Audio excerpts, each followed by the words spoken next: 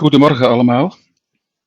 Mij is gevraagd de spits af te bijten op dit webinar en u te onderhouden over de medisch-juridische grondslagen van de beroepsziekteverzekering. Ik heb die uiteenzetting opgevat als een korte schets van de historische evolutie van die medico-legale of medisch-juridische grondslagen. De bedoeling is uiteraard niet om een volledige uiteenzetting te geven van al de juridische aspecten, maar van onze aandacht te richten op eigenlijk het meest cruciale in de beroepsziekteverzekering, namelijk de wijze waarop men omgaat met causaliteit. Want de beroepsziekteverzekering steunt op een causale toerekening. Men moet immers ziek zijn door of omwille van de beroepsuitoefening. En dan stelt zich meteen de vraag, hoe komen wij tot het besluit dat een gebeurtenis oorzaak is van een andere gebeurtenis?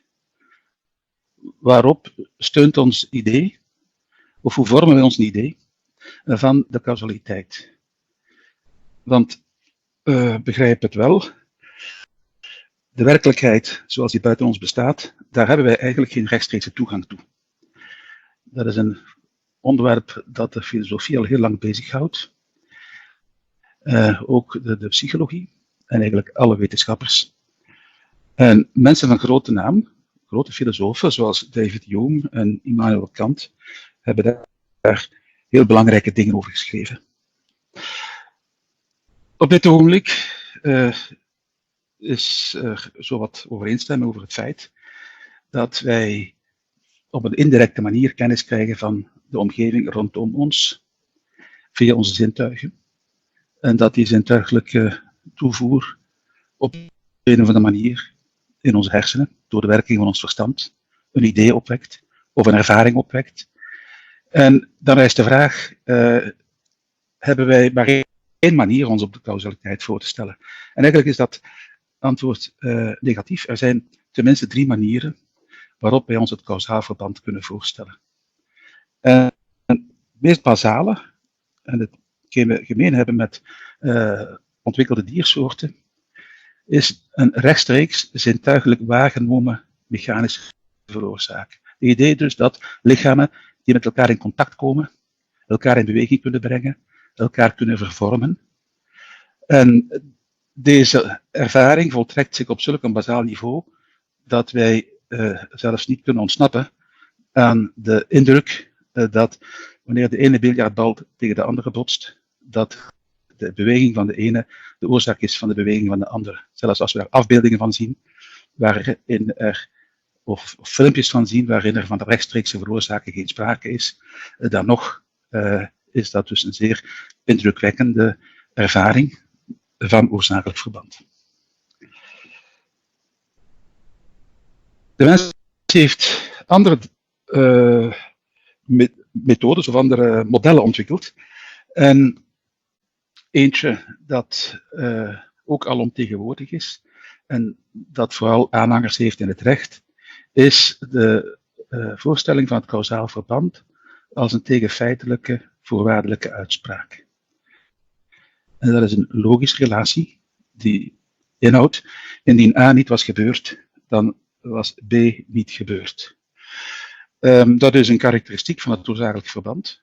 Dus in de logica noemen we dat de logische implicatie, de materiële implicatie, excuseer. Maar niet elk argument, of niet elke redenering van die aard drukt causaliteit uit. En dat is een van de grote problemen bij het gebruik van deze formule. Om een heel simpel voorbeeld te geven, de uitspraak, indien hij niet geboren was, was hij niet gestorven, is ongetwijfeld waar, maar drukt geen causaal verband uit, tenzij men een zeer bijzondere betekenis geeft aan het concept causaliteit. En dan is er nog een derde manier om ons het oorzakelijk verband voor te stellen, en dat is de probabilistische benadering of beschouwing. Die steunt op statistische relaties tussen variabelen. Soms zijn dat tientallen variabelen die wij met ingewikkelde statistiek in formules schieten en die met elkaar blijken te correleren. Soms kunnen we dan besluiten tot oorzakelijk verband. Alleszins, dit is vandaag de benaderingswijze van de wetenschap en ook van de epidemiologie. Dan nu, die 3 manieren om zich het kausaal verband voor te stellen, die zijn onderling niet uitwisselbaar. Je kunt die niet met elkaar of van elkaar afleiden. Die staan los van elkaar. Dus met name een probabilistische samenhang, die steunt op waarschijnlijkheden, kan nooit, of tenzij in uitzonderlijke gevallen, leiden tot een conditio sine qua non argument. Ik kom daar meteen op terug. Want de wetenschap heeft niet altijd die probabilistische benadering omarmd. Integendeel, als je gaat kijken naar de geschiedenis van de medische wetenschap en ook van de epidemiologie.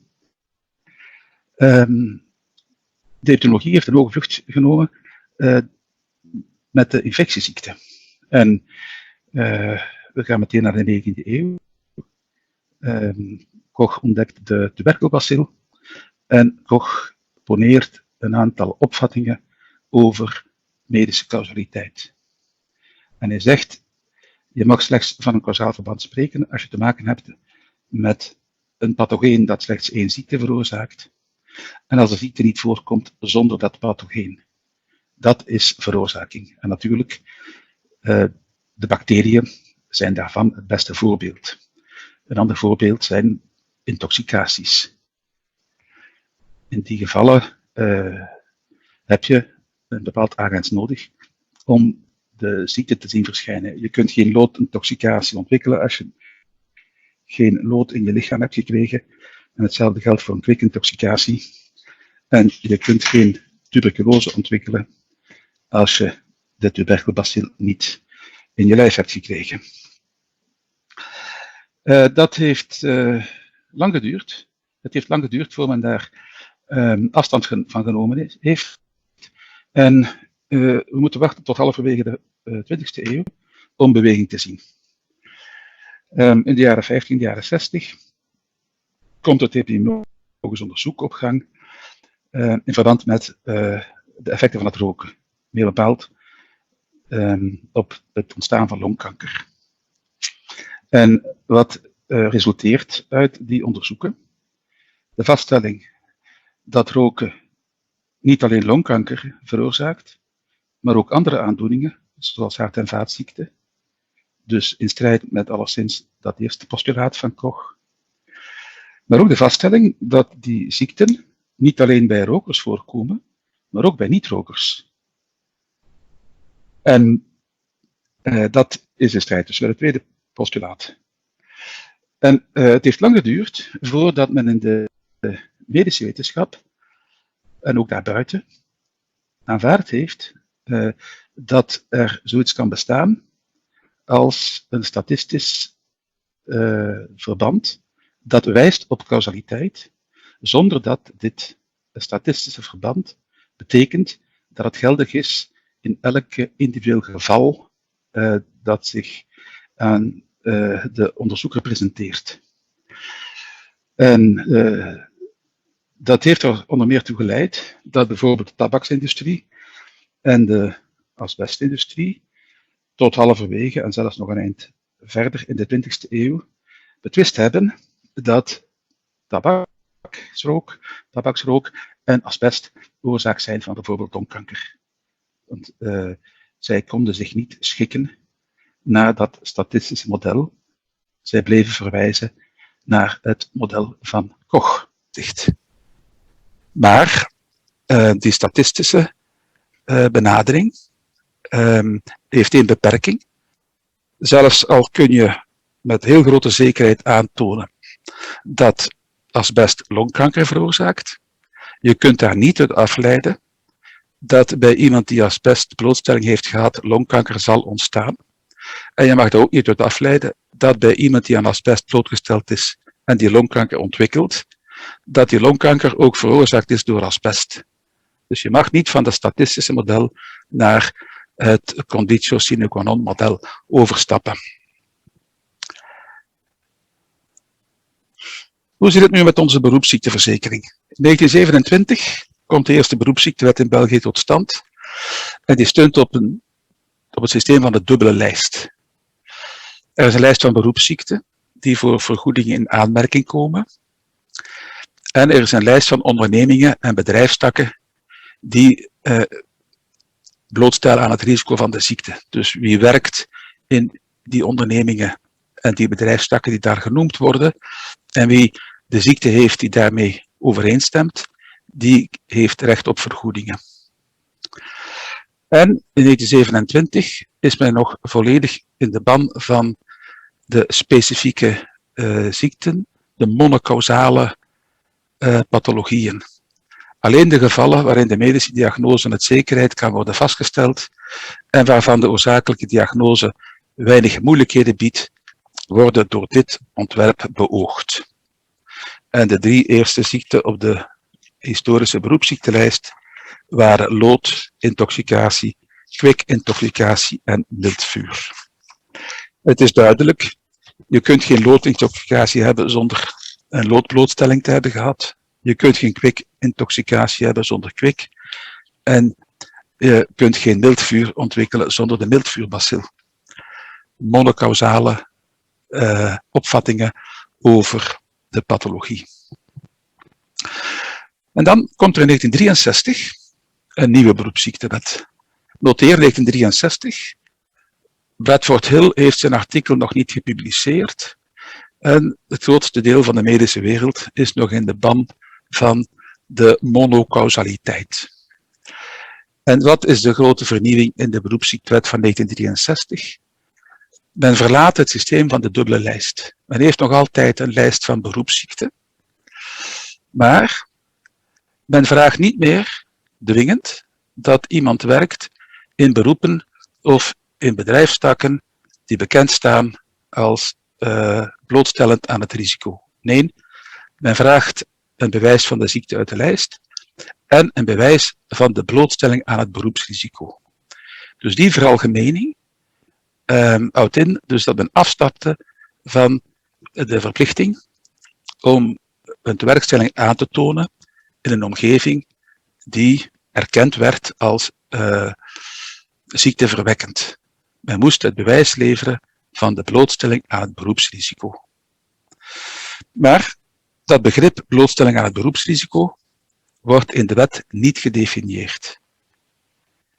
En men is dus nog altijd van mening dat het mogelijk is om een eenduidig verband te leggen tussen de beroepsactiviteit en de ziekte. Men heeft in gedachte dat het monocausale model nog niet verlaten. In de parlementaire voorbereiding vinden we daar een blijk van. In de Kamer van Volksvertegenwoordigers ook kankers. Want de beroepsziektenlijst bevat een hele reeks ziekten die verwijzen naar het causale agens. Ziekte veroorzaakt door benzeen, door chroom, door nikkel. En dan rijst natuurlijk de vraag, geldt dat ook voor die kankers? Ja, dat geldt ook voor de kankers die veroorzaakt worden.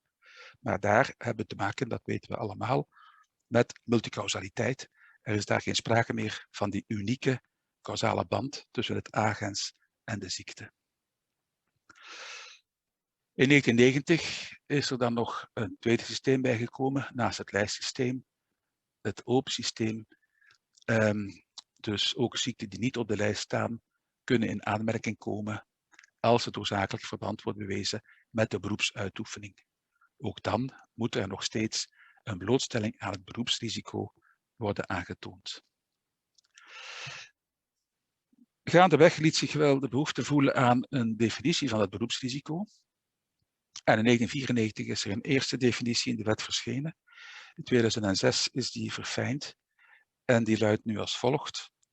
Er is een beroepsrisico als de blootstelling aan de schadelijke invloed inherent is aan de beroepsuitoefening, beduidend groter dan de blootstelling van de bevolking in het algemeen, en als deze blootstelling in groepen van blootgestelde personen de overwegende oorzaak van de ziekte vormt.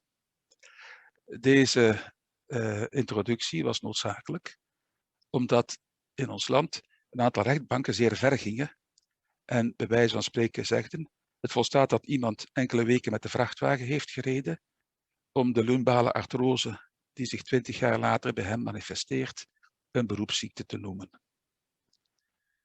Een andere redenering was: elke blootstelling aan asbest, hoe gering ook, is voldoende om de ziektes die met asbest verbonden zijn, met die blootstelling in verband te brengen. Hetzelfde geldt voor benzeen.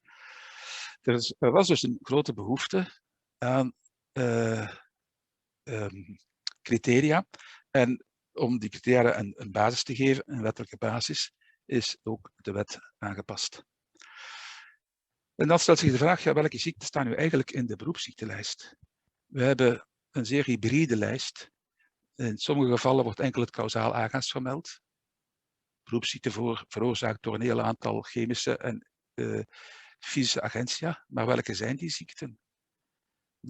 We weten dat leukemie, myeloïde leukemie, door benzeen wordt veroorzaakt. Daar is eensgezindheid over. Maar wordt ook een non-Hodgkin lymfoom door benzeen veroorzaakt? Daar is veel minder eensgezindheid over. En nu luidt dus de vraag: staat non-Hodgkin lymfoom in de beroepsziektelijst of staat het er niet in? En die dubbelzinnigheid die, wordt dus niet opgeheven. Soms wordt enkel de ziekte vermeld: extrinsieke allergische alveolitis, huidaandoeningen veroorzaakt door stoffen welke niet onder andere posten werden opgenomen. Welke zijn de agentia die daarvoor in aanmerking komen?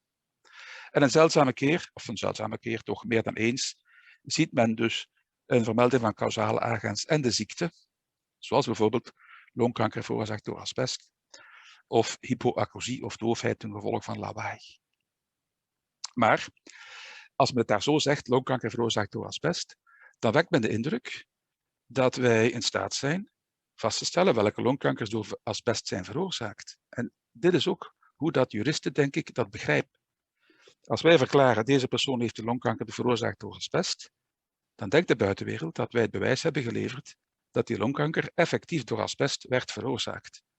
Terwijl wij in het beste geval kunnen zeggen: er bestaat zoveel procent kans dat asbest in dit geval een rol heeft gespeeld.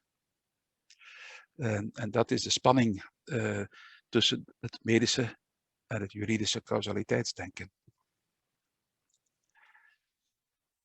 Want aangezien men in de jaren 60 niet is teruggekomen op die idee die in 1927 was vertolkt, namelijk dat men alleen specifieke ziekten beoogde die zonder veel discussie aan een bepaald agens kunnen worden toegeschreven, zou men vandaag kunnen eisen, nog steeds juridisch, dat de causale rol van het ingeroepen agens in het individuele geval wordt bewezen. Nu begrijpen we heel goed dat dat enkel mogelijk is bij ziekten waarvan inderdaad de oorzakelijke diagnose weinig moeilijkheden biedt. En dan komen we dus weer terecht bij de infectieziekten, de intoxicaties en eventueel nog de allergische aandoeningen. Maar dat is helemaal niet mogelijk bij aspecifieke of multicausale aandoeningen, zoals de degeneratieve aandoeningen van het bewegingsapparaat, maar ook bij de meeste kankers. Er zijn heel weinig kankers die specifiek zijn voor één causaal agens. En een heel aantal ziekten ligt daar ergens tussenin. Bij lawaaidoofheid, bij carpal-tunnelsyndroom, bij tendinopathie is het soms mogelijk met zekerheid of met bijna zekerheid het oorzakelijke agens vast te stellen. Maar ook daar verschijnen er vaak grote moeilijkheden. Dus we zitten daar met die spanning tussen enerzijds het bewijs van de causale rol van het ingeroepen agens, maar anderzijds de onmogelijkheid om die rol voor een aantal beroepsziekten te bewijzen. In de praktijk, voor de specifieke aandoeningen, zal men het bewijs van blootstelling aanvaarden als die blootstelling beduidend groter is dan de blootstelling van de bevolking in het algemeen. En daar zullen infectieziekten zeker naar voren komen als het voorbeeld bij uitstek. Maar bij de aspecifieke aandoeningen die multicausaal zijn, zal de vraag eerder zijn: is de blootstelling in groepen van blootgestelde personen de overwegende oorzaak van de ziekte? En inderdaad, daar moeten we dus onderscheid maken tussen een blootstelling aan een agens zonder meer en een blootstelling aan het beroepsrisico van een ziekte veroorzaakt door dat agens. Iedereen is wel eens blootgesteld aan licht, UV-licht, aan trillingen, aan lawaai, maar die blootstellingen zijn doorgaans niet van aard een ziekte te veroorzaken en vormen dus geen risico. Daar is een grote noodzaak aan kwantitatieve criteria. En dan rijst de vraag, wat als andere factoren veel zwaarder doorwegen? Ik neem als voorbeeld longkanker veroorzaakt door asbest. Fedris eist daar een blootstelling van 25 vezeljaren op basis van een consensus die tussen wetenschappers is bereikt in Helsinki in 1997. En met die 25 vezeljaren zitten we in het worst case scenario met een relatief risico van een factor 2. Dus een blootstelling aan 25 vezeljaren zou je risico asbest kunnen verdubbelen in het slechtste geval. Maar de invloed van andere factoren, bijvoorbeeld het roken, die wordt buiten beschouwing gelaten. En het gevolg daarvan wordt mooi geïllustreerd in een oude publicatie uit 1979, waar men dus in een cohort van asbestisolatiewerkers de sterfte door longkanker per 100.000 persoonsjaren heeft opgemeten en vergeleken met de sterfte in een cohorte zonder blootstelling aan asbest. En als je die cijfers goed bekijkt, laten we eerst van boven naar beneden kijken. Bij de rokers die een asbestblootstelling hebben, heb je 590 gevallen. Als ze geen asbestblootstelling hebben, 120. De rate ratio, dus het relatieve risico, is daar factor 5. Wel degelijk bij de asbestblootstelling die mensen toen gehad hebben. En dat waren aanzienlijke asbestblootstellingen. Bij de niet-rokers met asbestblootstelling 58 gevallen. Zonder asbestblootstelling 11 gevallen. Rate ratio, dus relatief risico, 5,2. Ongeveer hetzelfde als bij de rokers. Dus daar zie je dat zowel bij de rokers als bij de niet-rokers het grootste deel, excuseer mij, daar zie je dus dat zowel bij de rokers als niet-rokers de relatieve toename door de asbestblootstelling gelijk is. Maar in absolute cijfers maakt dat uiteraard een enorm verschil. En hetzelfde heb je als je naar de horizontale lijn kijkt. Degenen met asbestblootstelling hebben een verhoogd risico door het roken, factor 10. En degenen zonder asbestblootstelling hebben nagenoeg gelijkaardig verhoogd risico. Dus hier kun je zeggen dat in een populatie van rokers blootgesteld is, die blootgesteld zijn aan asbest, het roken verantwoordelijk is voor de overgrote meerderheid van de longkankers. Dus als men mij vraagt, in onze populatie van mensen die hier vergoed worden, hoeveel longkankers veroorzaakt door asbest worden er door Fedris erkend, dan moet ik eigenlijk de bedenking maken, als ze niet zouden gerookt hebben, dan zou misschien maar een vijfde of een tiende van die mensen longkanker hebben gehad. Een laatste woord, want ik moet stilaan, of het tweede deel gaat eerder over preventie. Want wat heeft dat allemaal als implicatie voor preventie? Want we kunnen nog jaren discussiëren over schadeloosstelling. We hopen natuurlijk dat het nooit meer zal nodig zijn mensen schadeloos te stellen wegens beroepsziekte, toch niet wegens ernstige beroepsziekte, omdat we aan preventie gaan doen. En daar zie je natuurlijk ook de effecten van diezelfde evolutie. De sterke vermindering van klassieke typische beroepsrisico's. Industrieën verdwijnen, gevaarlijke industrieën verdwijnen of ze verhuizen naar het buitenland. Enorme toename van diagnostische mogelijkheden. We kunnen in een zeer vroeg stadium vandaag bepaalde diagnoses stellen. Wat de vraag doet reizen, wat dat dan betekent. Wie vroeger een asbestose had, die had een standaard RX als een nat glas met een pleuraarzoers er rond. En daar was daar geen discussie over dat dat een ernstige ziekte was. Vandaag vinden we geringe septale en interceptale, intra- en interceptale verdikkingen op de CT-scan. En dan zeggen we, dit is asbestose bij een persoon die eigenlijk nauwelijks klachten heeft. Maar ook de hoge vlucht van de epidemiologie. Wij kunnen nu, dankzij de rekenkracht van de computer, kunnen wij verbanden vinden die significant zijn, maar niet al te groot. En vroeger was dat onmogelijk. Hoe dan ook, het verhaal gaat in dezelfde richting. Afname van specifieke typische beroepsziekten, gelukkig maar, en meer aandacht voor aspecifieke, beroepsgebonden of arbeidsgerelateerde ziekten, hoe men ze ook mogen noemen. En dat stelt dus stelde ons voor het probleem, en stelt ons nog steeds voor het probleem, wanneer vergoeden en in welke gevallen preventie stimuleren. Wel, voor aspecifieke ziekten, als de statistische samenhang niet sterk genoeg is om het causaal verband in een individueel geval te aanvaarden, dan is het moeilijk te verantwoorden om daarvoor een aparte vergoeding toe te kennen.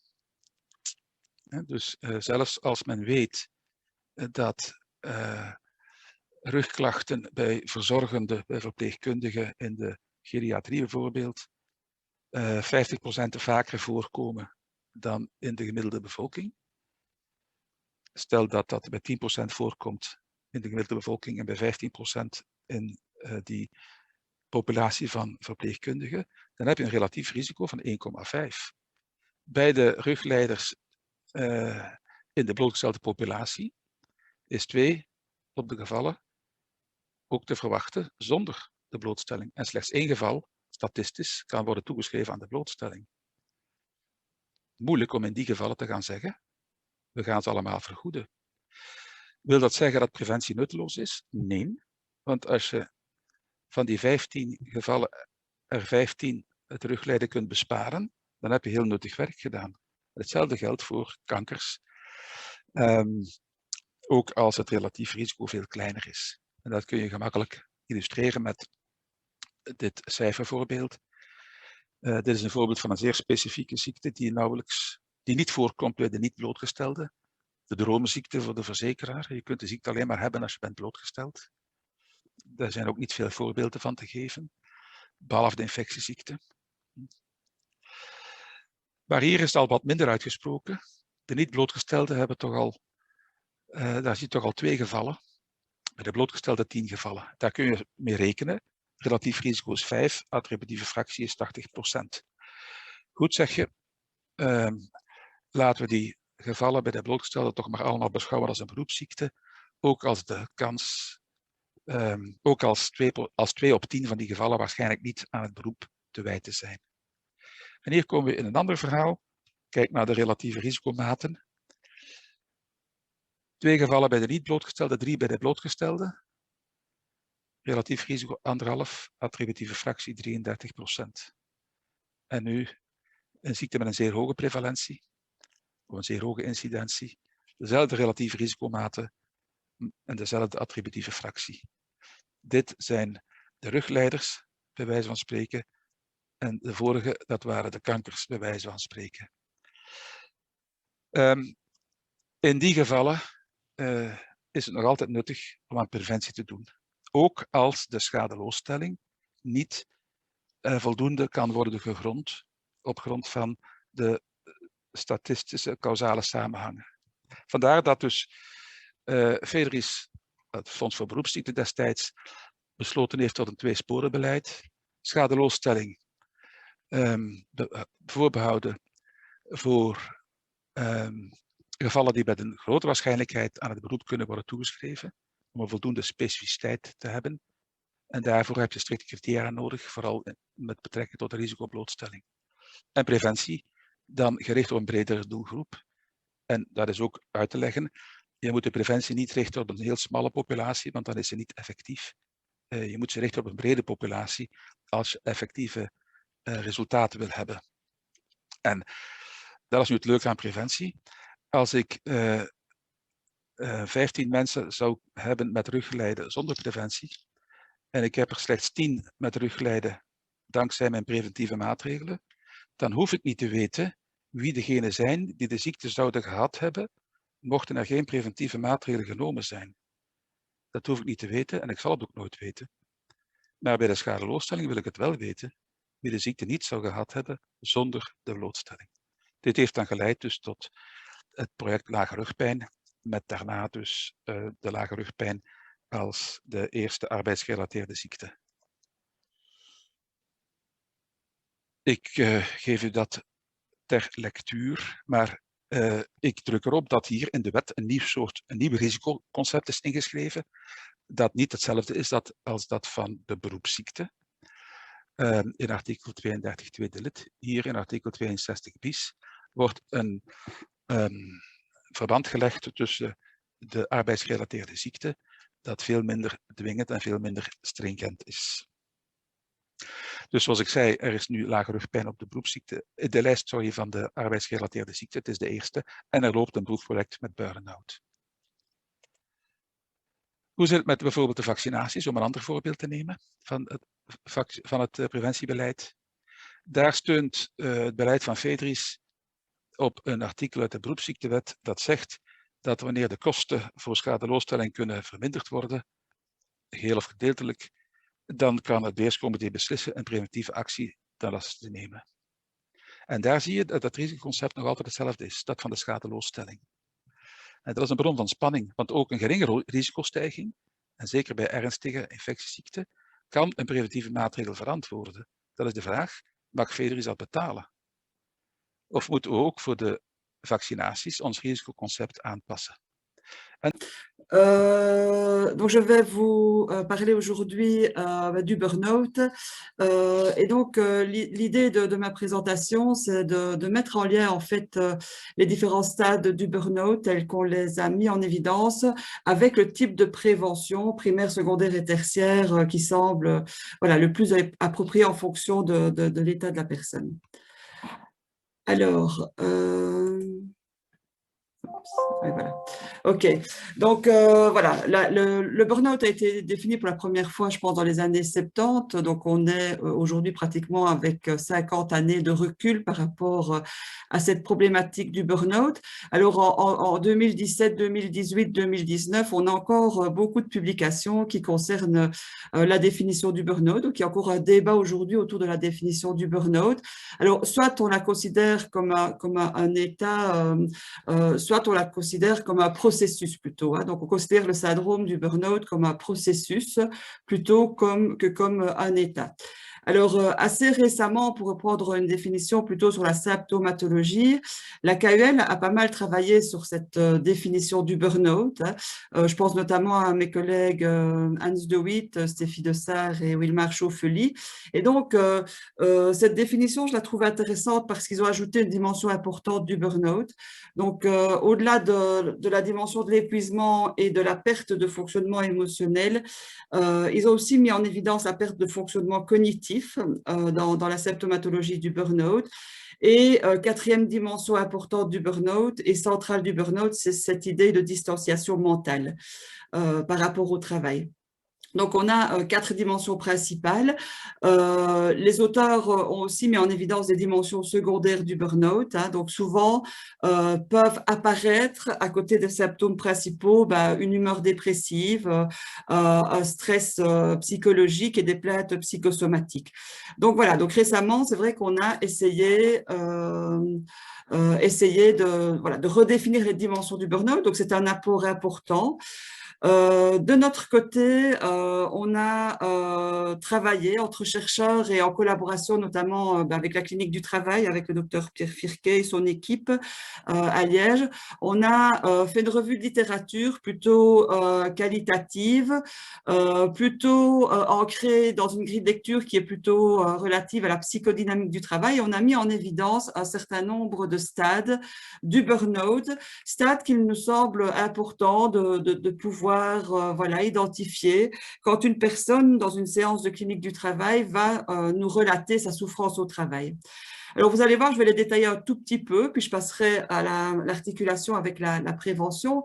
Mais donc, globalement, voilà, on part voilà, d'une personne au travail qui, a priori, voilà, est engagée par rapport à son travail, il trouve de l'épanouissement, de l'enthousiasme. On va parler d'enthousiasme idéaliste dans le travail. Alors, on va voir que petit à petit, pour certaines raisons, dans certains contextes, on va pouvoir assister parfois à un témoignage de fragilisation de l'idéal, d'accord, avec en contrepartie, ben, cette nécessité de réagir par le surinvestissement, la suractivité. On va y venir. Dans la suite du processus apparaît souvent le stade du retrait protecteur, d'accord. Donc là, c'est l'idée. Voilà, je vais démarrer ma vidéo puisqu'on me le demande. Voilà, bonjour à tous. Donc, dans ce stade 2 où apparaît ce retrait protecteur, on va voir que petit à petit, on va assister un peu à une expression de la désillusion du travailleur. Et puis, souvent, voilà, le stade 3 que nous, on appelle le burn-out avéré, peut effectivement se déclencher et souvent peut être déclenché par ce qu'on va appeler un IC, là, un incident critique. D'accord. Alors, c'est vrai qu'il y a cette idée d'accumulation, d'accord. Donc, c'est un processus qui s'inscrit dans le temps, c'est un processus temporel et qui suppose effectivement une exposition chronique à des conditions de travail qui peuvent poser problème. On parle des risques psychosociaux notamment, mais effectivement, on va parler aussi de pathologie de surcharge. C'est parfois la surcharge de travail qui va amener voilà, certaines contradictions dans le milieu de travail, mais on parle aussi souvent de conflits de valeurs, de blessures narcissiques par rapport à l'idéal qu'on avait du travail, l'idée qu'on ne peut plus bien faire son travail. Donc, très clairement, ce sont des réactions qui apparaissent au cours du temps quand la personne voilà, se sent en décalage par rapport à son milieu de travail, au niveau de ses valeurs, au niveau de la charge de travail, etc. Oh, pardon. Voilà. Donc, je vais revenir sur chacun des stades. Je pense que c'est important parce qu'après, ce que je veux faire avec vous, c'est essayer voilà, d'articuler ça avec le type de prévention qu'on peut proposer pour l'accompagnement du travailleur ou au niveau collectif en prévention primaire. Voilà, donc je vais aller assez vite, mais bon, globalement, le stade 0, c'est cette idée d'engagement au travail avec enthousiasme idéaliste. Donc voilà, le travail est idéalisé. Hein, donc le travailleur pense, en prenant son poste, hein, par exemple, au début de sa carrière, que son travail répond à toutes ses attentes. Alors souvent, le travailleur, il va être ambitieux, il a des idéaux, des objectifs élevés.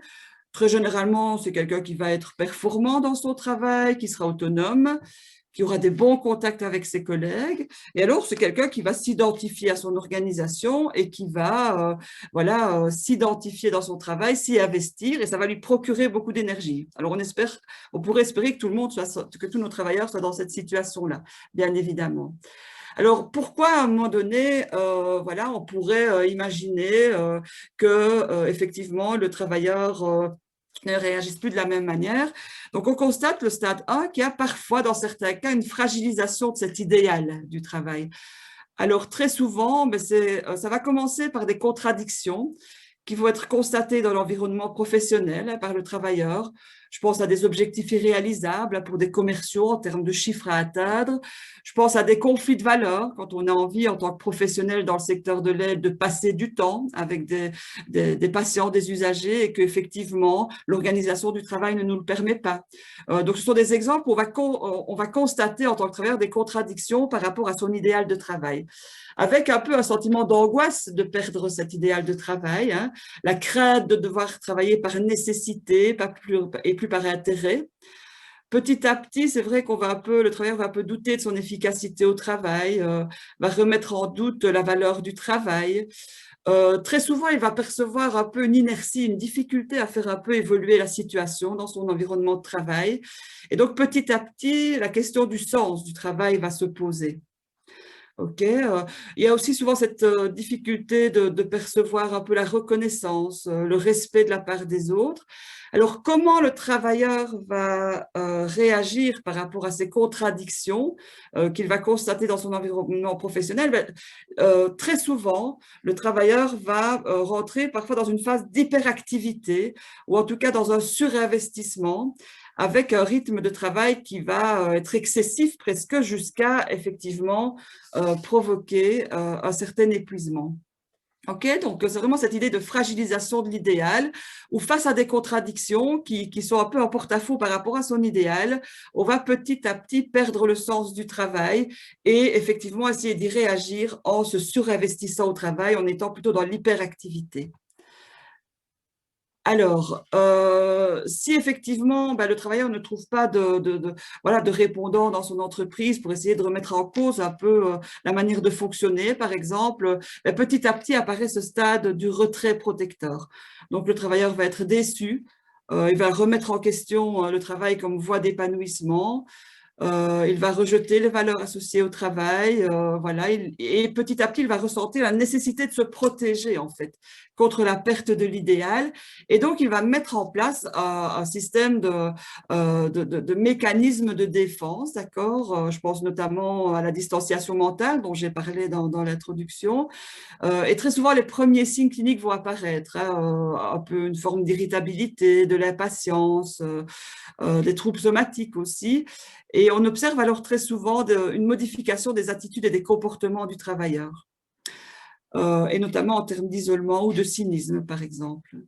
Donc clairement, le travailleur devient insensible et tend à ne plus ressentir autant d'émotions, d'accord. Il a des difficultés à garder une image positive de lui-même et va devenir de plus en plus intolérant au dysfonctionnement de l'organisation.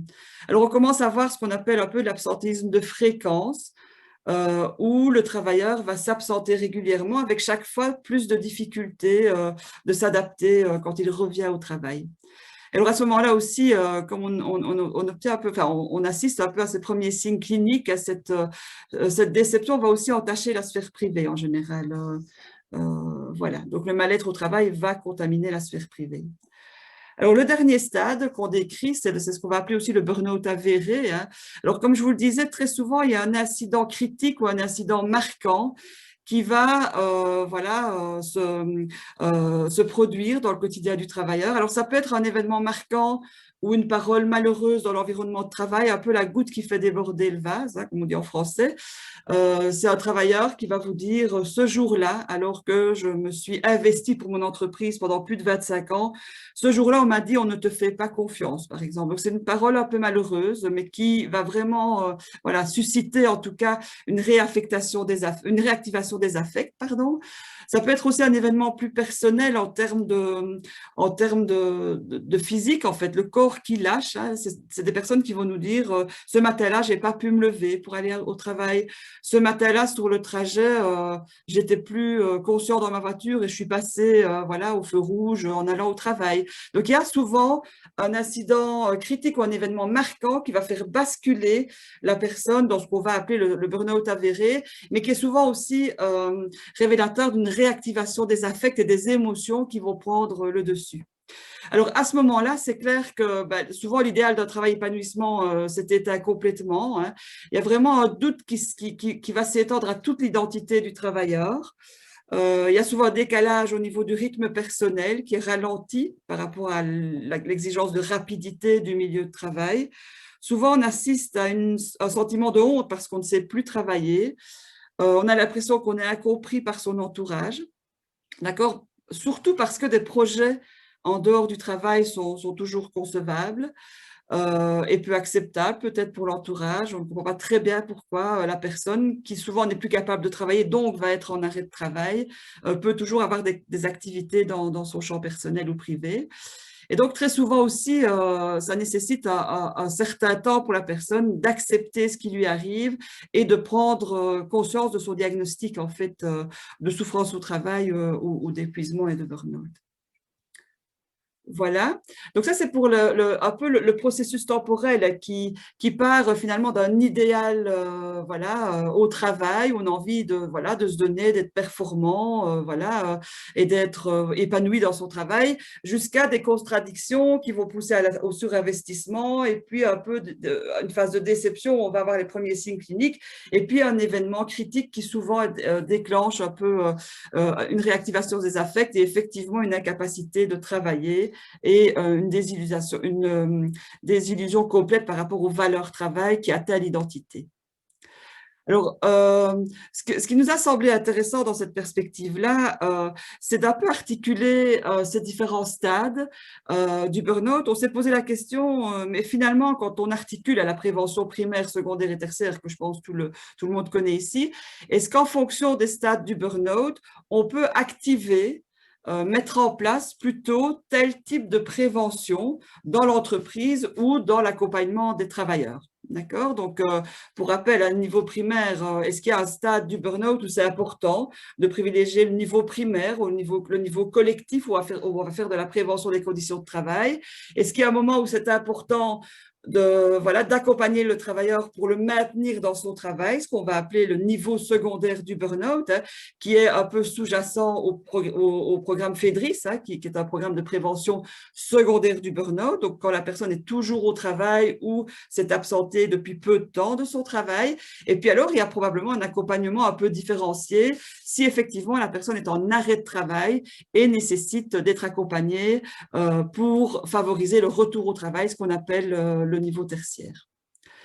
Alors, voilà, donc en termes de type de prévention selon les stades du burn-out, donc dans notre réflexion, on s'est dit, ben voilà, au niveau primaire, c'est vrai que le niveau primaire doit permettre de maintenir quelque part cet engagement idéalisé au travail, mais peut intervenir aussi en amont quand on se construit un idéal par rapport au travail, je vais y revenir. Au niveau de la prévention secondaire, on est plutôt dans les stades 1, 2 du burn-out, c'est-à-dire quand on est en phase de fragilisation de l'idéal, on constate des contradictions et où les premiers signes vont apparaître, les premiers signes cliniques vont apparaître. Donc, ça suppose effectivement d'être accompagné pour être, si possible, maintenu dans son travail, tout en agissant, on va y venir. Et pour nous, le burn-out avéré, le stade 3, puisque le stade 0, c'est l'engagement idéalisé, le stade 3, le burn-out avéré, ça correspond effectivement à la prévention tertiaire, où il faut accompagner la personne pour redessiner avec elle un projet professionnel et l'accompagner dans le retour au travail. Alors ensuite, j'ai quelques pistes par rapport à ceci. Donc au niveau de la prévention primaire, au niveau de la construction de l'idéal, d'abord, je pense que c'est important de pouvoir, lors de la formation initiale déjà, sensibiliser aux réalités des métiers et aux risques, notamment psychosociaux. J'ai encore eu l'exemple avec une journaliste qui me racontait, je suis assez étonnée, j'ai engagé une jeune collègue qui ne se rendait pas compte quand elle a fait ses premiers stages qu'elle allait travailler, qu'elle n'allait pas avoir un horaire 8h, 17h et que effectivement le métier de journaliste supposait une certaine flexibilité. Donc bon, c'est un peu gros comme exemple, mais je pense que c'est intéressant de se dire, est-ce qu'on ne doit pas, dès l'école secondaire, donc dès la formation initiale, sensibiliser aux réalités, aux métiers, des métiers et aux risques professionnels, notamment les risques psychosociaux. Alors, au niveau de la construction de l'idéal, je pense qu'au niveau des ressources humaines, je pense que c'est important quand on engage des personnes dans une entreprise de bien informer de la réalité professionnelle. C'est ce qu'on appelle le Realistic Job Preview, c'est donner a priori aux candidats une image équilibrée des aspects positifs et négatifs de la fonction pour laquelle ils postulent. Donc là, on est plutôt dans la sphère ressources humaines. Et analyser aussi, je pense que c'est une autre piste intéressante, c'est d'analyser dès la sélection du personnel l'adéquation entre les besoins du travailleur et ce que l'entreprise ou l'organisation peut lui offrir. C'est ce qu'on appelle en psychologie des organisations et du travail le need supply fit. Est-ce qu'il y a une adéquation entre les besoins du travailleur en termes de variété de travail, de type de supervision, d'autonomie, etc. Et ce que l'entreprise peut offrir, est-ce qu'il y a une adéquation ou pas? Ça peut aussi donner une appréciation de la manière dont le travailleur pourra maintenir aussi son idéal et si effectivement le travail qu'on va lui fournir peut nourrir cet idéal de travail. Alors, bon, on va revenir dans des basiques aussi au niveau de la prévention primaire. Donc, pour maintenir un engagement idéalisé au travail dans les entreprises, ben voilà, on va retrouver le b.a.-ba de notre politique de prévention, hein, c'est développer une politique de gestion dynamique des risques hein, dans le cadre de la prévention du bien-être au travail. C'est aussi promouvoir peut-être une culture bien-être au travail. On entend beaucoup ça dans des interventions récentes qu'on a pu mettre en place dans les entreprises. Comment on peut faire sur le long terme pour développer une culture bien-être au travail? Comment on peut inscrire ça dans le long terme? Voilà, on a des approches aussi de ce type-là. Je pense que tout ce qui est sensibilisation et information des travailleurs et de la ligne hiérarchique sur le burn-out et les risques psychosociaux, c'est aussi très important. Et je pense notamment dans la formation de la ligne hiérarchique, l'importance justement de bien connaître, par exemple, ce processus temporel du burn-out. Ça peut être intéressant pour un chef d'équipe de pouvoir identifier un travailleur qui est en surinvestissement. Ça vaut la peine parfois d'échanger avec les travailleurs qu'on peut repérer comme manifestant certains premiers signes cliniques d'un épuisement. Ça peut être intéressant que la ligne hiérarchique soit formée. Alors, il y a d'autres pratiques. Par exemple, je me souviens que le docteur Meesters a déjà voilà, expliqué comment lui pouvait implanter des réseaux de vigilance dans les entreprises, un système de veille continue pour repérer le surinvestissement chez les travailleurs. Et donc là, c'est l'idée de sensibiliser un certain nombre de travailleurs dans l'entreprise qui vont un peu être les vigiles pour repérer effectivement des cas de souffrance chez les travailleurs. Alors, c'est évidemment la prévention primaire classique qui suppose de diminuer ou de limiter les contraintes liées au travail, et je parle ici d'un point de vue plus collectif. Et évidemment, quand on parle, si on fait référence au Job Demand Resources Model, c'est l'idée de promouvoir ce niveau d'engagement au travail optimal en favorisant évidemment les ressources. Donc, voilà, mettre l'accent sur les politiques RH centrées qui vont être centrées sur la reconnaissance et le feedback, avoir des possibilités de développement dans l'entreprise, sensibiliser les managers de proximité, leur rôle de régulation collective dans leur équipe. Voilà, ça peut être des solutions sur l'environnement de travail, c'est faire participer peut-être les travailleurs au projet valeur de l'entreprise. C'est aussi, quand on parle de comportement de job crafting, permettre aux travailleurs de pouvoir voilà, un peu définir ou négocier les frontières de son travail pour qu'il puisse voilà, réaliser ou négocier des tâches qu'il aime bien réaliser. Voilà. Donc, c'est l'idée vraiment de pouvoir échanger sur les frontières de son job en tant que travailleur dans l'environnement de travail. Alors, au niveau de la prévention secondaire maintenant, on peut, voilà, quand on est face à la fragilisation d'idéal et le retrait protecteur, donc quand on constate des contradictions, qu'on se surinvestit au travail, mais qu'en même temps on commence à être déçu, là on va distinguer le niveau individuel et le niveau organisationnel. Alors au niveau individuel, c'est vrai qu'on peut, comme on le fait dans le programme FEDRIS, développer des séances de clinique du travail pour permettre notamment de questionner l'idéal, de travailler l'inadéquation entre les attentes et la réalité du travail. Donc, c'est bloquer un peu la spirale de perte de ressources, stimuler voilà, les ressources du travailleur. Je vais définir juste après un petit peu ce que nous, on entend par la clinique du travail. C'est l'idée de promouvoir l'hygiène de vie. On sait que la prise en charge individuelle est importante aussi au niveau du burn-out, donc des séances de psychoéducation peuvent être intéressantes. Développer ce qu'on appelle les self-management skills, donc comment gérer son temps, comment gérer ses emails, c'est un peu à la mode, comment pouvoir être assertif dans son milieu de travail, etc., pouvoir dire non, mettre des limites. Voilà, on peut aussi réfléchir avec les travailleurs à comment améliorer ou élargir l'éventail des stratégies d'adaptation, d'accord. On peut aussi voilà, promouvoir des activités de désengagement de l'attention. On sait que le détachement psychologique est important. Donc, comment on peut aider le travailleur à prendre des moments de détachement psychologique par rapport à son travail. Voilà, parfois on peut proposer une approche individuelle approfondie selon certaines approches, notamment psychocorporelles, cognitivo-comportementales, quand il y a des pensées irrationnelles notamment. On peut penser aussi au programme d'assistance au personnel ou aussi à des groupes, à des techniques plus collectives de groupes de soutien par les pairs ou des groupes de parole, par exemple. Donc ça, c'est au niveau individuel quand les premiers symptômes du burn-out apparaissent. Alors, juste pour vous expliquer ce qu'on appelle par clinique du travail, je pense que, je ne sais pas si j'ai encore un peu de temps ou si si on approche de la fin. Ja, u hebt nog wel wat eventjes tijd. Doe maar verder, ja. Ok, oui, ok, ça va, merci. Parce que souvent on me demande, mais finalement, qu'est-ce qu'on fait en clinique du travail quand on prévoit des séances de clinique du travail? Finalement, voilà, qu'est-ce qu'on y fait? Et donc, j'ai repris ici un peu les points que j'ai discutés avec Pierre Firquet qui semblaient des points essentiels quand on est en clinique du travail. Donc, la clinique du travail, c'est d'abord d'écouter et de faire parler la personne sur sa réalité du travail, en donnant de la place à la subjectivité et reconnaître la souffrance. c'est simplement lui dire, mais racontez-moi votre travail, qu'est-ce que vous faites au travail? Ok, vous avez cette fonction-là, mais c'est quoi votre travail au quotidien? Quels sont voilà, vos défis? Qu'est-ce qui est difficile dans votre travail, etc. C'est aussi la clinique du travail, faire prendre conscience, parler des exigences, des attentes personnelles, de la question des limites de la personne, quelles sont ses attentes en termes de performance, voilà, est-ce qu'elles sont réalistes par rapport aux conditions de travail, est-ce que la personne peut mettre des limites dans son travail, etc. On peut aussi aider la personne à identifier ses propres ressources personnelles, mais aussi toutes les ressources collectives qu'elle pourrait activer au niveau notamment de son organisation, de son entreprise, en termes peut-être de demande, d'adaptation de ses conditions de travail, mais aussi les ressources qu'elle a au niveau médical et légal. D'accord? Donc l'idée, c'est que quand une personne est en souffrance au travail, en clinique du travail, c'est de permettre aux travailleurs de redevenir acteur, d'accord, dans son rapport au travail, dans sa réalité au travail.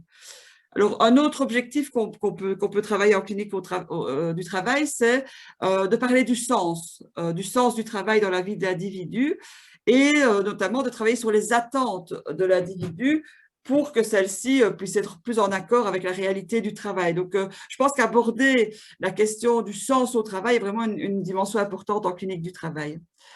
Alors, voilà, c'est aussi définir avec le travailleur le type de soutien et le conseil psychologique éventuellement nécessaire. Voilà, c'est l'idée d'échanger aussi sur l'opportunité de susciter une réunion avec l'environnement de travail, avec le médecin du travail, éventuellement quelqu'un des ressources humaines ou un manager pour essayer de réfléchir sur l'adaptation, l'aménagement des conditions de travail, par exemple. Dans certains cas, ça peut être aussi le soutien individuel à l'accompagnement de carrière aussi. Ça peut être aider le travailleur à dresser un bilan de sa carrière et à identifier ce qu'il ou elle peut ou veut encore faire. Et donc, parfois, c'est vrai qu'on peut discuter de la construction d'un nouveau projet professionnel, soit dans l'entreprise, soit éventuellement en dehors de l'entreprise. Donc ça, c'est vraiment l'aspect, l'axe individuel dans la prévention secondaire. Et puis, quand on parle de prévention secondaire, je pense que c'est important aussi, au-delà de l'accompagnement individuel, de pouvoir vraiment aussi agir au niveau de l'entreprise. Et donc, de nouveau, je pense que c'est important d'agir sur l'aménagement des conditions de travail, sur l'adaptation possible des conditions d'emploi de la personne qui est en souffrance au travail. C'est peut-être aussi cette idée d'apporter de nouvelles ressources, ou au moins de conserver celles qui existaient, mais l'idée de réfléchir à de nouvelles ressources peut être intéressante au niveau organisationnel. Donc, comment on pourrait améliorer le soutien des collègues, comment on peut créer des espaces de collaboration entre collègues, voilà, est-ce qu'on peut proposer parfois du mentorat, un accompagnement entre collègues, etc. Donc, il y a voilà, cette idée d'apporter de nouvelles ressources à la personne et de réfléchir à comment on peut aménager ou adapter les conditions de travail. Voilà. Donc ça, c'était pour la prévention secondaire. Donc l'idée, c'est que la personne est toujours au travail ou voilà, absente depuis peu de temps. Et c'est l'idée de pouvoir effectivement l'accompagner au niveau individuel et au niveau organisationnel dans le sens d'une adaptation, d'une réflexion sur l'adaptation, l'aménagement de ses conditions de travail à côté d'un suivi et d'une écoute active sur la réalité de son travail en clinique du travail notamment. Alors, la prévention tertiaire, pour nous, elle arrive au stade 3, au niveau du stade avéré, donc très souvent au niveau du burn-out avéré, pardon. Au niveau du burn-out avéré, très souvent, la personne va être en arrêt de travail après cet incident critique, c'est assez classique en consultation. Donc là, je pense qu'il y a un rôle important du médecin généraliste qui, lui, va gérer l'arrêt de travail et ensuite la reprise, le risque de rechute. Donc, c'est important d'écouter le patient pour repérer les symptômes qui peuvent accompagner le burn-out. Et donc, effectivement, c'est le médecin généraliste qui va souvent considérer l'arrêt de travail en fonction de la situation du patient. Alors, on sait que l'evidence-based nous conseille de limiter la médication autant que possible, de vraiment prescrire des antidépresseurs que s'il y a des antécédents de dépression ou s'il y a vraiment des symptômes dépressifs présents. Et de nouveau, ne prescrire la benzodiazépine que s'il y a vraiment une anxiété qui provoque une souffrance importante. Donc, globalement, la recommandation, c'est de ne pas proposer de médication, si possible, aux patients. Alors, c'est clair qu'au-delà du rôle du médecin généraliste, c'est important d'avoir un suivi thérapeutique également par un clinicien du travail ou un psychologue. Alors, très souvent, là, on va, au niveau de l'accompagnement de l'arrêt de travail, prévoir 3 étapes. Donc, pendant la phase de crise, 2 à 3 semaines, c'est vraiment cette idée de reconnaître la souffrance du patient sans jugement et de lui permettre de se reposer. Donc, très souvent, on va proposer au patient de prendre du temps, de prendre du recul, de récupérer de l'énergie. Puis souvent, il y a une deuxième phase, 3 à 6 semaines qui suivent cette période de repos. C'est l'idée de renforcer et de développer ses capacités d'adaptation, de travailler sur les pensées qui peuvent générer du stress, de renforcer les émotions positives, d'accroître la conscience corporelle et la confiance en soi. Donc, c'est un peu cette idée, notamment, qu'on a développée en clinique du travail. Et puis, l'idée, petit à petit, c'est d'arriver avec le travailleur à essayer d'appliquer certaines solutions, d'accord, avec l'objectif de stimuler la personne à mettre en place petit à petit des solutions dans son quotidien, d'accord, pour correspondre à ses besoins. Donc, l'idée, c'est que en général 3 mois, cette idée est de pouvoir petit à petit permettre à la personne de retourner au travail. Ok, donc ça c'est important. Kan u nu stilaan afronden? Kan u stilaan afronden nu? Het is ongeveer gedaan, denk ik. Kunt u stilaan afronden? Vous pouvez conclure, s'il vous plaît? C'est ça, slide, d'accord. Alors, donc, au niveau tertiaire, donc on a donc le suivi du médecin généraliste, le clinicien du travail qui va accompagner la personne dans la réflexion pour le retour au travail, pour faire court. Et donc, je pense qu'aussi, le troisième point quand il y a par rapport à la prévention tertiaire, c'est qu'il faut vraiment travailler le retour au travail. On parle parfois de Return to Work Coordinator, donc la politique de réintégration. Mais là, je pense que c'est important de sensibiliser, pour conclure, les collègues, le manager, les représentants du personnel, le médecin du travail, les RH, au retour de la personne. Donc, c'est vraiment une approche multidisciplinaire au niveau des acteurs de la prévention et des acteurs de l'entreprise pour réfléchir préparation du retour et aménagement des conditions de travail. Voilà, je pense que c'était mon dernier slide. Donc, l'idée, c'était vraiment de vous faire un rapport entre ce processus temporel du burn-out et le type de prévention qu'il nous semble opportun de développer pour faire face à ces différents stades du burn-out, tout en privilégiant évidemment cet engagement idéalisé au travail et donc la prévention primaire quand évidemment c'est possible. Voilà, merci. Voilà, ik wil vandaag iets vertellen over vroege detectie van beroepsziekten.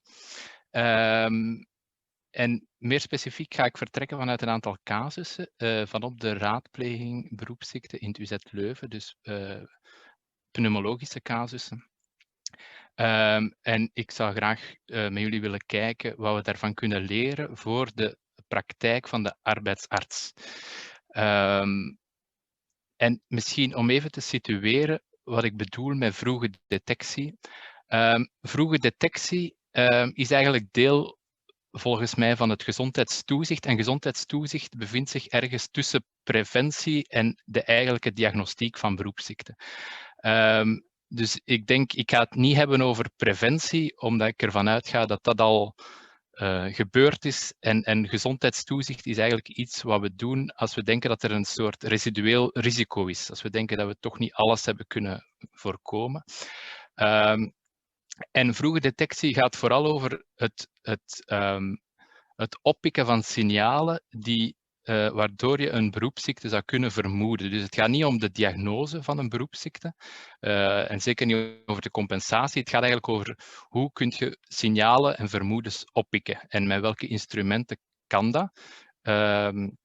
Voilà, en dat ga ik proberen illustreren. Met 3 casussen. Het eerste gaat over silicose, het tweede over beroepsastma en de derde gaat over de detectie van een nieuwe beroepsziekte. En als ik hier zeg beroepsziekte, dan bedoel ik een ziekte waarvan we vermoeden dat ze veroorzaakt is door het werk los van een of andere compensatie. De eerste casus, ik heb vorig jaar op de VWVA-seminaries daar al iets over verteld, maar nu wil ik daar nog iets anders over vertellen. Wereldwijd is er eigenlijk een soort outbreak, laat ik het zo noemen, van silicose bij composietsteenbewerkers. Dus composietstenen zijn die stenen die je rechtsboven kunt zien in die reclamefolder van keukens. Composietstenen zijn eigenlijk artificiële stenen gemaakt uit vooral kwartspoeder samengebonden met een hars. En het grote probleem is werknemers die stenen snijden, slijpen, polijsten, zijn eigenlijk blootgesteld aan heel hoge concentraties van kristallijn silica, waardoor dat ze een heel hoog risico hebben op silicose. En om even kort samen te vatten wat silicose eigenlijk is. Silicose is eigenlijk een progressieve longfibrose die in nodules zich uit in de longen verspreidt. Silicose is perfect te vermijden, maar eens het er is het eigenlijk niet te genezen. En ik denk iets heel belangrijk is dat initieel mensen met silicose hebben die geen symptomen. Dus dat is eigenlijk een goede reden om te denken aan vroege detectie. Dus detectie op het moment dat mensen geen klachten hebben, maar wel al silicose. En de voornaamste reden om dat te doen is dat de prognose sterk kan verbeteren, vroege detectie.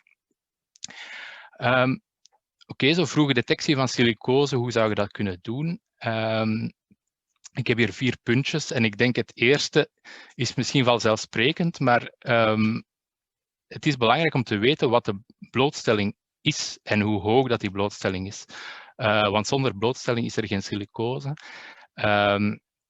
Nu, om die blootstelling te weten te komen, kun je natuurlijk metingen doen, maar soms is de goede vragen stellen ook al voldoende. Iemand die in composietstenen slijpt, eigenlijk zijt je dan vrij zeker dat de blootstelling relatief hoog zal zijn waarschijnlijk. De goede vragen stellen is belangrijk. De symptomen die het eerst optreden, als er al symptomen optreden na een tijdje, zijn kortademigheid en soms hoest. En dan de 2 belangrijkste technische manieren om vroege detectie te doen van silicose zijn eigenlijk de spirometrie en beeldvorming. Spirometrie, dat kennen we natuurlijk allemaal. En hier is het moeilijke dat bij iemand die silicose heeft, die spirometrie zowel normaal kan zijn als obstructief als restrictief. Dus dat kan ook weinig helpend zijn, een spirometrie, tenzij we die spirometries op een longitudinale manier interpreteren. En dat ga ik straks proberen illustreren met een aantal casussen, wat ik daar precies mee bedoel. De beeldvorming, daar ga ik het verder niet te veel over hebben, maar beeldvorming is wel essentieel voor de vroege detectie van silicose. Omdat met spirometrie detecteert je eigenlijk luchtwegafwijkingen voornamelijk, die door silica-blootstelling kunnen veroorzaakt worden. Voor een deel ook de silicose zelf, maar eigenlijk is de beeldvorming toch het belangrijkste om die silicotische nodules op te sporen. Over die frequentie van een RX is er niet zo heel veel consensus, maar de meeste richtlijnen mikken op elke 3 jaar, afhankelijk van de hoogte van de blootstelling. En bij composietsteenbewerkers zijn er een aantal richtlijnen die pleiten voor CT-scans. Maar dat gaat enkel over mensen met heel hoge blootstellingen, dus heel hoog risico, die er in principe niet zouden mogen zijn. Die publicatie rechtsonder van de Health and Safety Executive, dat is eigenlijk een heel goed overzicht van richtlijnen ook die er bestaan. Oké, ik ga het proberen illustreren met 5 casussen die we gezien hebben op de raadpleging. Het zijn 5 mannen die we vorig jaar gezien hebben en alle 5 uit een bedrijf komen van 15 mensen die composietstenen maken. 2 daarvan hebben gecompliceerde silicose, dus dat gaat eigenlijk over samenvloeiende nodules. 2 hebben gewone silicose. Gewoon is tussen aanhalingstekens, maar dat is de technische term. En 1 iemand had vergrote lymfeklieren, wat we meestal als beginstadium zien van silicose. Maar natuurlijk is het bij deze mensen te laat. Hè. Dus het gaat niet over vroege detectie, maar wat ik wil tonen is dit. Dus deze mensen hebben wel spirometries gehad de voorbije 8-9 jaar. En nu wil ik eens proberen kijken, samen met jullie, om te kijken, hadden we die eigenlijk eerder kunnen detecteren op basis van de spirometries die er waren. Dus ik heb ze hier op een grafiek geplot. Van onder staat de leeftijd en dan de absolute waarde van de 1 seconde waarde. En die beelden die zijn genomen op het moment van de laatste spirometrie. Maar hoe hadden we die eerder kunnen detecteren? Ik ga hier misschien snel overgaan, maar het belangrijkste wel, als we spreken over spirometries, is dat de kwaliteit goed is. En die kwaliteit hangt eigenlijk van 3 zaken af. Enerzijds van het toestel, en ten tweede van degene die de spirometrie afneemt, en dan van degene die ze blaast. En er zijn een aantal criteria waaraan een goede spirometrie moet voldoen. Onderaan staat er een publicatie vermeld van NIOSH, die eigenlijk heel helder is daarover, vind ik, hoe dat een curve van een goede spirometrie eruit moet zien. Maar om dan naar de interpretatie te gaan, dit zijn de spirometries van die 5 mensen. Het eerste wat we meestal doen, en wat dat ook courant is in de curatieve geneeskunde, is een vergelijking maken met de voorspelde waarden. En die voorspelde waarden die vergelijken eigenlijk met de waardes die we in een normale bevolking zouden verwachten, in een algemene bevolking. Vroeger werd daarvoor 80% gehanteerd voor 1 seconde waarde en FVC. Tegenwoordig gebruikt men de term lower limit of the normal, wat iets correcter is, maar soms ongeveer hetzelfde is. Dus ik ga hier lower limit of normal gebruiken. En dat is eigenlijk de limiet waarboven 95% van de algemene bevolking zit. Dus wat we beschouwen als nog normaal. En hier zien we die laatste 3 mensen, dat die toch al een aantal jaren onder die limiet zaten. En dat is iets wat we waarschijnlijk allemaal wel zien. Maar dan kunnen we zo'n waardes ook vergelijken met de eigen waardes. En dat noemen we de longitudinale interpretatie. En waar we dan eigenlijk naar op zoek gaan, is een te snelle daling van de 1 seconde waarde. De 1 seconde waarde is eigenlijk de meest betrouwbare parameter om longitudinaal op te volgen. Dus ik ga daarop focussen. En die daalt bij iedereen, maar bij sommige mensen te snel. En dat is eigenlijk wat we willen oppikken. En dat kan op 2 manieren. Enerzijds is er een vuistregel die je zou kunnen hanteren. En dat is dat als het percentage van de voorspelde waarde meer dan 15% gedaald is, dan is die waarschijnlijk te snel gedaald. Dus als iemand 105 had en naar 90 gaat, is die te snel aan het dalen.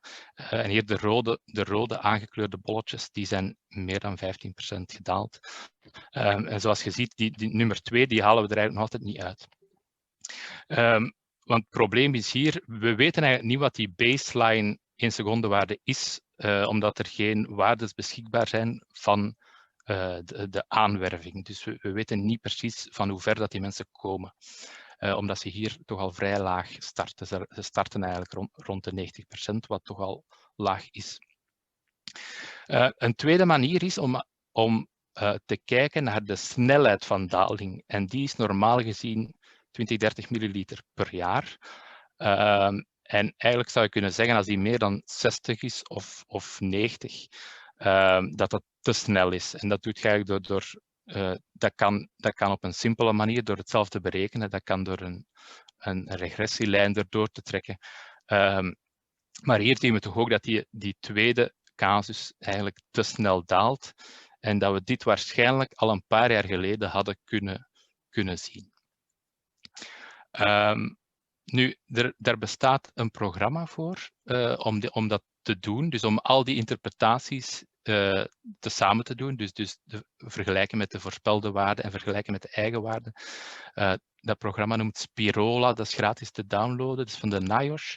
En dat is een heel goed programma, maar niet zo heel gebruiksvriendelijk. Maar als er iemand geïnteresseerd is om daar verder iets mee te doen, je mag mij altijd contacteren om eens te kijken of ik erbij kan helpen. Stel dat je een bedrijf hebt waar je denkt, hier kan dat nuttig zijn, wil ik dat wel eens mee bekijken. De tweede casus die ik wil vertellen gaat over beroepsastma en over de vroege detectie. En ik zal beginnen met de casus te beschrijven. Het gaat over een man van 47, nooit roker. En in september 2019 krijgt hij een loopneus, wordt hij kortademig en begint hij te piepen. En hij is een drukker. Hij werkt bij een drukker en al heel lang. En zijn taak is het opzetten en het onderhoud van een drukpers. En er is sinds een maand een nieuwe drukpers. En hij merkt dat daar wordt een anti-smetpoeder gespreid tussen de verschillende bladen. En dat dient om te vermijden dat de druk van het ene papier op het andere terechtkomt. Nu, anti-smetpoeder, ik moet zeggen, voordat ik die casus gezien had ik daar nog nooit van gehoord. Maar ik denk dat dat heel courant is bij het doen van beroepsanamneses, dat we dingen te weten komen waar we nog nooit van gehoord hebben. En dat is de spirometrie. En vergeleken met de algemene bevolking ziet dat er normaal uit, 92%, 94%. Dan is de vraag, heeft die man astma? Heeft die man beroepsastma? Wat is eigenlijk beroepsastma? Wat is allergisch beroepsastma? Ten eerste, om te kunnen spreken van beroepsastma, moet er natuurlijk astma zijn. En de definitie van astma is luchtwegobstructie die variabel is. En ik denk dat dat belangrijk is, die variabel. Bij astma is de luchtwegobstructie er niet altijd, maar soms. En ook de symptomen. Die mensen zijn niet altijd kortademig en die piepen niet altijd, maar af en toe. Dus als we bij die mensen een spirometrie doen, is die meestal normaal. Omdat als we ze zien, ze meestal ook weinig klachten hebben. En hier staan een aantal testen waarmee de diagnose kan gesteld worden, maar dat zijn testen die we eigenlijk niet ter beschikking hebben als arbeidsarts zelf. De huisarts kan dan of de pneumoloog, maar die hebben we niet zelf. Dus we moeten het doen met symptomen en spirometries. De tweede voorwaarde is natuurlijk dat er een allergeen is of een sensitizer. Dat er op zijn minst een blootstelling is. En bij sommige mensen kunnen we ook die sensitisatie aantonen met een specifiek IgE in bloed of met een priktest. Dat gebeurt niet zo heel vaak in arbeidsgeneeskunde, in sommige heel specifieke settings wel. Maar dat is dus wel nodig om de diagnose te kunnen stellen. En dan een derde zaak waar we wel als arbeidsgeneesheer iets mee kunnen doen, is de tijdsrelatie met werk. En daar zijn 3 aspecten. Ten eerste moet er een latentieperiode zijn. Dus die latentieperiode is een periode dat mensen zijn blootgesteld, maar geen enkele klacht hebben. En in die latentieperiode worden ze waarschijnlijk eerst gesensitiseerd. En vaak zijn de eerste klachten die mensen krijgen rhinitisklachten. En pas daarna astma. En die klachten hebben meestal dit patroon. Het gaat op en neer. En dit patroon volgt normaal gezien de blootstelling. Dus dat betekent niet dat mensen klachten krijgen op het werk, maar wel als het weekend is, of ze hebben verlof, een week, 2 weken, dat ze merken dat hun klachten sterk verbeteren, dat ze, of verdwijnen, dat ze minder nood hebben aan medicatie enzovoort. En dus dat patroon is echt heel typisch voor beroepsastma. Maar we weten ook dat als de blootstelling blijft duren bij iemand met beroepsastma, dat patroon verwatert, die tijdsrelatie verwatert. De klachten worden soms permanenter naarmate de tijd verloopt. En dus het wordt eigenlijk altijd moeilijker om die diagnose te stellen. Op de longfunctie ziet dat er zo uit. We zien meestal normale longfuncties. Die zijn heel variabel en na een tijdje gaat je ook merken dat die stilaan beginnen dalen. Dus hier is ook zo'n longitudinale interpretatie soms interessant om dat te kunnen oppikken. Dus hoe doe je zo'n vroege detectie van beroepsastma? Eerste vraag is opnieuw, is er blootstelling? Want zonder blootstelling geen beroepsastma. De anamnese is hier eigenlijk het allerbelangrijkste. En daarbij kun je vragen naar symptomen, zowel rhinitis, dus loopneus, verstopte neus, jeukende ogen, jeukende neus, astmasymptomen, piepen, kortademig zijn. En dan vooral die tijdsrelatie. Wanneer is dat begonnen? En vooral gaan die symptomen beter of verdwijnen die tijdens het weekend of tijdens vakantie? Dat is eigenlijk de belangrijkste vraag. En spirometrie, zoals ik zei, normaal betekent niet dat het geen beroepsastma is. Oké, we gaan terug naar de casus. Is er hier blootstelling aan een sensitizer? Wel, we hadden dat antismetpoeder. En als we dan gaan kijken wat dat eigenlijk is, dan blijkt dat antismetpoeder vaak gebaseerd is op plantaardig materiaal en dat het hier over erwt gaat vooral. Dus het antismetpoeder, wat bedoeld is om het doordrukken van die druk te vermijden, bestaat vooral uit proteïnes en zetmeel afkomstig van erwt. Heeft die man rhinitis? Ja. Heeft die man astma-klachten? Ja. De symptomen zijn een paar weken gestart na die nieuwe drukpers en ze gaan beter tijdens het weekend. En dan hebben we die man op raadpleging gezien. We hebben daarbij specifieke IgE's voor erwt bepaald en die waren duidelijk positief. Dus op basis hiervan hebben we toch wel een heel sterk vermoeden dat het over beroepsastma gaat. Iets wat we op de raadpleging dan vaak doen, is de mensen piekstroommetingen laten doen, waardoor dat we de zaagtandpatroon in de longfunctie proberen objectiveren. En dat is iets, het wordt niet veel gebruikt door arbeidsartsen, maar ik denk dat dat wel meer zou kunnen, omdat het heel low-tech is. En het is goedkoop, ja, en het is gemakkelijk. Het moeilijkste is om de mensen te motiveren om het goed te doen. En bij deze man zagen we een patroon van op werkdagen dat hij mindere peakflows blies dan op niet-werkdagen. En als hij een week vrij had, dan verbeterde die peakflows eigenlijk heel sterk. Dus op basis hiervan hebben we toch een heel sterk vermoeden van beroepsastma. De fabrikant van die nieuwe drukpers werd gecontacteerd en bleek dat er eigenlijk een foute instelling was aan de spray van de antismetpoeder. Dat werd aangepast en die man zijn klachten zijn eigenlijk sterk verbeterd dankzij die aanpassing. Wat opnieuw een extra argument is voor beroepsastma. Het laatste verhaal dat ik wil brengen is over een detectie van een vermoeden van een nieuwe beroepsziekte. En het begint met de casus van een man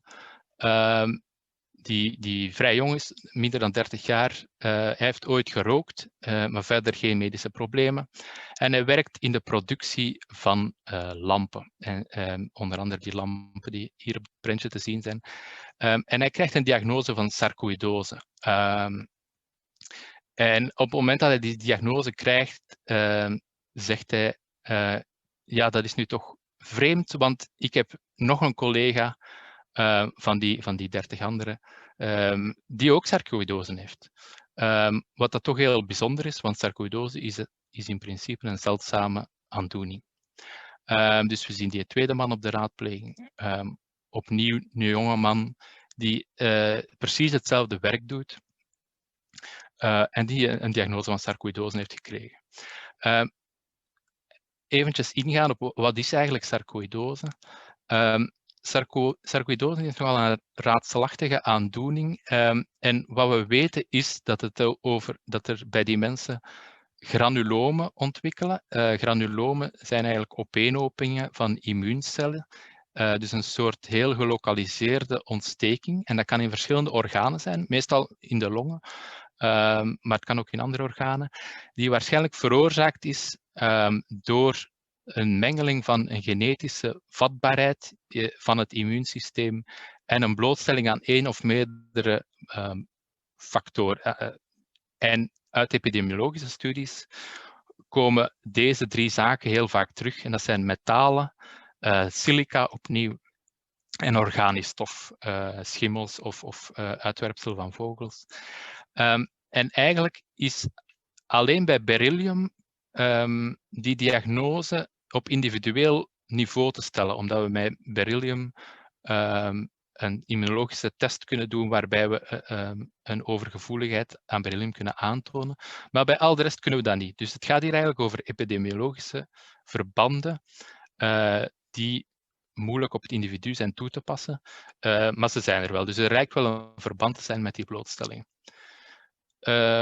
En dit is eigenlijk een heel goed voorbeeld van de New York brandweer, die sinds 1985 al op exact dezelfde manier worden opgevolgd, met jaarlijks longfoto's.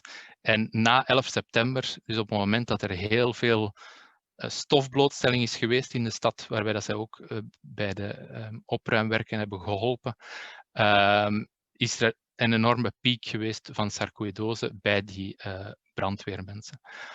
Dus dit is eigenlijk een heel goede studie om dat verband aan te tonen, omdat die al zo lang werden opgevolgd.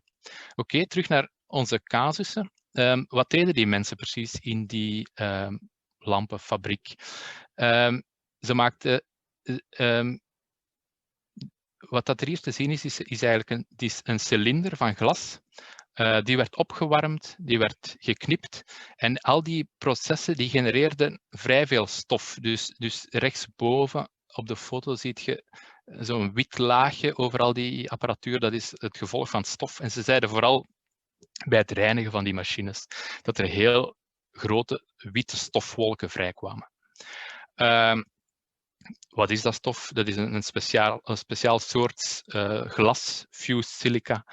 Daar is een limietwaarde voor en bij metingen was tijdens het schoonmaken vooral was dat toch duidelijk sterk verhoogd. Nu, van die mensen hebben we ook histologisch materiaal, omdat dat hoort bij de diagnose van sarcoïdose. En dan zijn we gaan kijken in die biopsies, van is er daar iets terug te vinden van dat glas? En dat was effectief zo, bij allebei waren er eigenlijk kleine glaspartikeltjes te zien ter hoogte van die granulomen, dus op de plaats van de ziekte. Dus ik denk, in dit geval kunnen we hier zeggen dat het met zekerheid een beroepsziekte is? Nee, maar er zijn toch een aantal heel sterke argumenten. En ten eerste is dat er 2 collega's exact dezelfde ziekte hebben, die normaal gezien heel zeldzaam is. Dat er glaspartikeltjes te vinden zijn in de biopsies en dat de blootstelling boven de limietwaarde was. En ten laatste, dat ze allebei klinisch verbeterd zijn nadat die blootstelling gestopt is. Dus ik denk dat dat hier heel belangrijk is. Het hebben van een vermoeden is het vooral belangrijk omdat je er dan ook naar kunt handelen. En dat is hier gebeurd en dat was vrij goed te doen omdat het een grote fabriek was, dus een aanpassing was niet zo heel moeilijk. En die mensen zijn eigenlijk sterk verbeterd en waarschijnlijk heeft dat hun prognose ook aanzienlijk verbeterd. Voilà, dat is mijn take-home message is, die tijdsrelatie is toch heel belangrijk en iets wat dat we kunnen tijdens de periodieke onderzoeken navragen. Dus tussen blootstelling en klinische symptomen of klinische presentatie. De goede vragen stellen is belangrijk. Gaan de symptomen beter tijdens het weekend is eigenlijk de beste vraag voor beroepsastma op te pikken. Die spirometries, normale spirometries zijn weinig helpend. Het is vooral die longitudinale interpretatie dat belangrijk is. En mijn laatste punt is, vroege detectie is zeker niet iets wat alleen maar individueel is, maar wat dat ook als op groepsniveau best bekeken kan worden. Dus stel dat je in een groep werknemers meer symptomen merkt, meer afwijkende longfuncties, meer beroepsziekten of meer zeldzame ziekten, dan moet dat toch een belletje doen rinkelen en is dat een signaal dat je niet mocht negeren.